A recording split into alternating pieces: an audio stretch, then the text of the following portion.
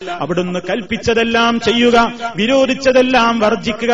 അങ്ങനെ നബി സല്ലല്ലാഹു അലൈഹി വസല്ലം കാണിച്ചു തന്ന ആ പാതയിലൂടെ പിൻപറ്റി ജീവിക്കുന്ന ഒരു മുസ്ലിമിന് അവന്റെ കണ്ണുകൾ കൊണ്ട് പാപം ചെയ്യാൻ കഴിയില്ല, കാതുകൾ കൊണ്ട് പാപം ചെയ്യാൻ കഴിയില്ല, നാക്കുകൊണ്ട് പാപം ചെയ്യാൻ കഴിയില്ല, ഒരവയവം കൊണ്ടും പാപം ചെയ്യാൻ കഴിയില്ല. കാരണം അല്ലാഹു സുബ്ഹാനഹു വ തആല തന്നതാണ് മനുഷ്യന്റെ ശരീരം. ആ ശരീരം അല്ലാഹു തന്ന അനുഗ്രഹമാണ്. അല്ലാഹു തന്ന ഒരു അനുഗ്രഹത്തെ ഉപയോഗപ്പെടുത്തിക്കൊണ്ട് അല്ലാഹു വെറുത്തിട്ടുള്ള സംഗതികളിലേക്ക് നോക്കാൻ പാടില്ല.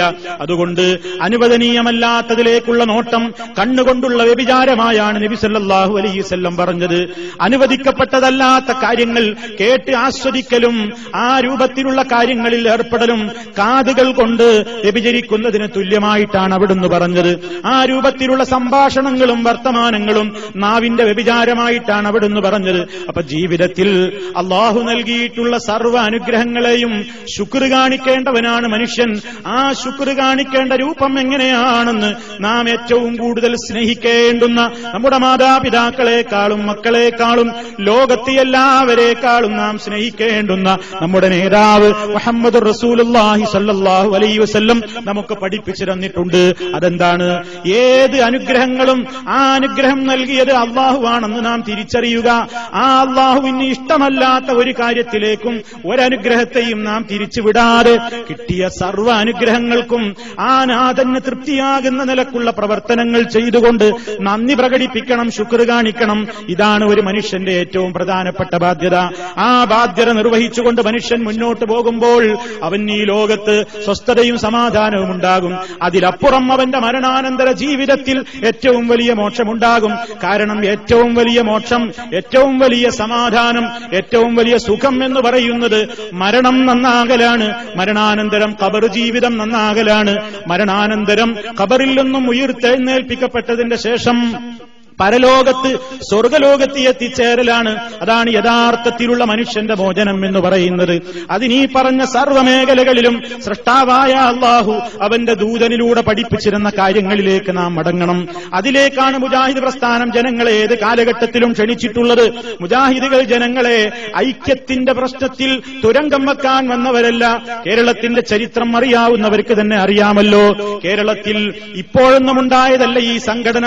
മുജാഹിദ് പ്രസ്ഥാനത്തിന്റെ 7ാമത് സംസ്ഥാന സമ്മേളനം എന്ന് പറയുമ്പോ ചില ശ്രോതാക്കളെങ്കിലും ഒരുപക്ഷെ വിചാരിച്ചിട്ടുണ്ടാകും, ഇവരുണ്ടായിട്ട് 7 കൊല്ലമായിട്ടേയുള്ളൂ, അല്ലെങ്കിൽ എത്രയാണ് ഇവരുടെ പ്രായം എന്നൊക്കെ.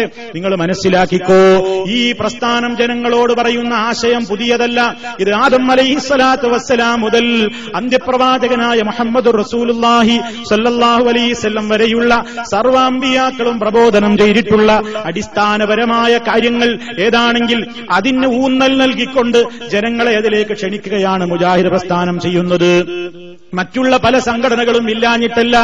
അവരൊക്കെയും ഈ പ്രധാനപ്പെട്ട ദൗത്യത്തിൽ നിന്ന് പിറകോട്ട് പോയവരാണ്. അല്ലാഹു അല്ലാത്തവരെ വിളിച്ചു പ്രാർത്ഥിച്ച് ആരാധിച്ചുകൊണ്ടിരിക്കുന്ന മാരകമായ രോഗമായ ശിർക്ക് സമൂഹത്തിൽ ഉണ്ടായിരിക്കെ അതൊന്നും കണ്ടില്ലെന്ന് നടിച്ചുകൊണ്ട് സമൂഹത്തിന്റെ ശ്രദ്ധ മറ്റു പല കാര്യങ്ങളിലേക്കും തിരിച്ചു വിട്ടുകൊണ്ട് പ്രവർത്തിച്ചുകൊണ്ടിരിക്കുന്ന പല വ്യക്തികളും സമൂഹത്തിലുണ്ട്, പല സംഘടനകളും സമൂഹത്തിലുണ്ട്.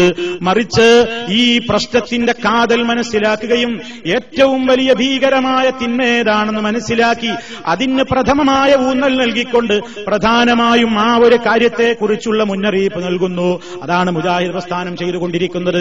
അത് വിശ്വാസരംഗത്തുള്ള ശുദ്ധീകരണമാണ്. അതോടൊപ്പം പിന്നെ സാമൂഹ്യമായി നിലനിൽക്കുന്ന ഏതെല്ലാം ജീർണതകളുണ്ടോ എല്ലാവിധത്തിലുള്ള ദൂഷ്യങ്ങൾക്കെതിരെയും പ്രമാണങ്ങളിൽ ഒതുങ്ങി നിന്നുകൊണ്ട് ജനങ്ങളെ ബോധവൽക്കരിക്കുകയാണ്. ജനങ്ങൾക്ക് അതിനെ സംബന്ധിച്ചുള്ള മുന്നറിയിപ്പുകൾ നൽകുകയാണ് മുജാഹിദ് പ്രസ്ഥാനം ചെയ്തുകൊണ്ടിരിക്കുന്നത്. അത് ഇന്നോ ഇന്നലെയോ തുടങ്ങിയതല്ല. കേരളത്തിൽ നിന്ന് കാണുന്ന മതസംഘടനകളുടെ എല്ലാം തറവാട് പറയുകയാണെങ്കിൽ അത് മുജാഹിദ് പ്രസ്ഥാനത്തിന്റെ സംഘടനയാണ്. ചിലർക്കെങ്കിലും ഒരുപക്ഷെ അത് അറിവുണ്ടായിരിക്കുകയില്ല. ഇന്ന് നെതുവത്തുൽ മുജാഹിദീൻ, കേരള നെതുവത്തുൽ മുജാഹിദീൻ എന്ന് പറയുന്ന ആ ബഹുസംഘടനയുണ്ടല്ലോ, ബഹുജന സംഘടന, ആ സംഘടനയുടെ അതിന് വേണ്ട ഉപദേശ നിർദ്ദേശങ്ങൾ നൽകിക്കൊണ്ടിരിക്കുന്ന പണ്ഡിത സംഘടനയാണ് കേരള ജംഇയ്യത്തുൽ ഉലമ.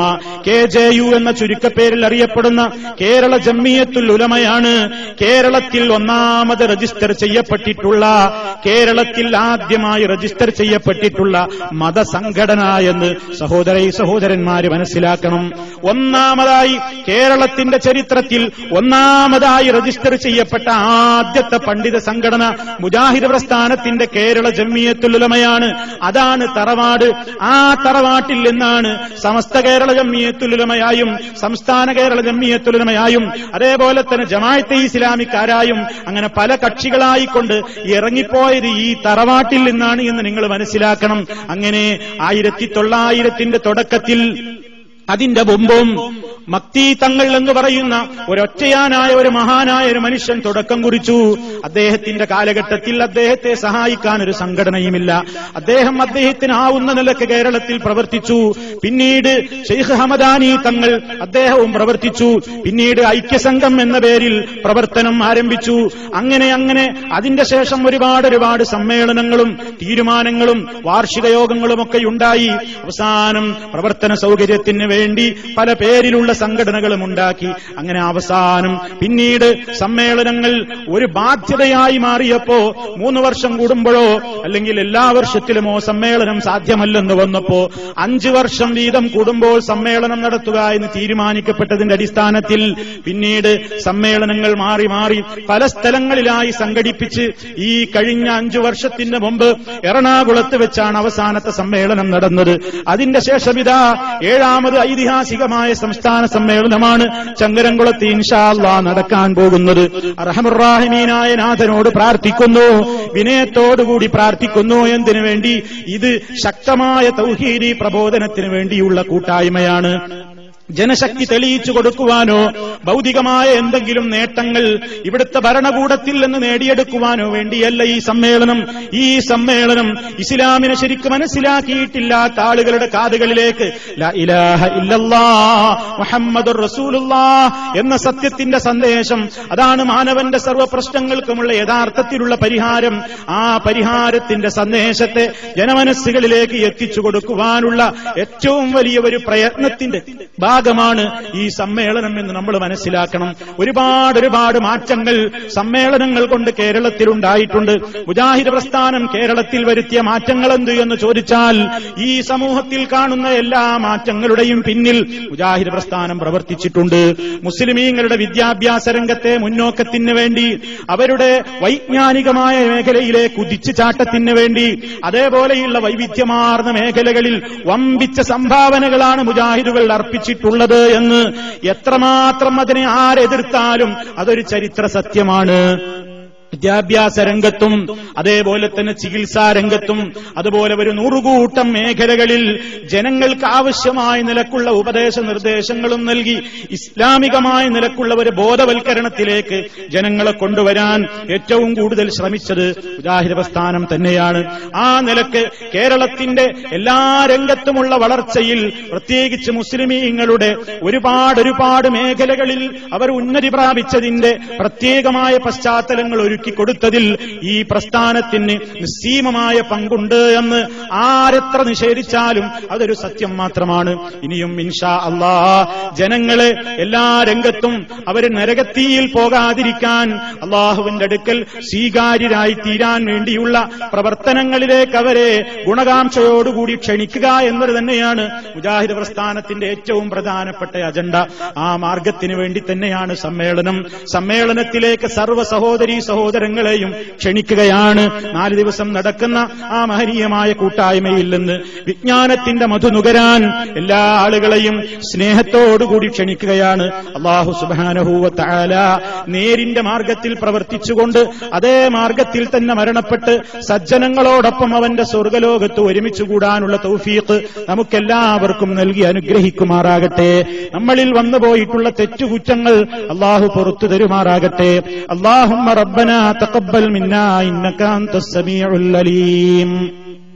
اللهم صل على محمد وعلى آل محمد.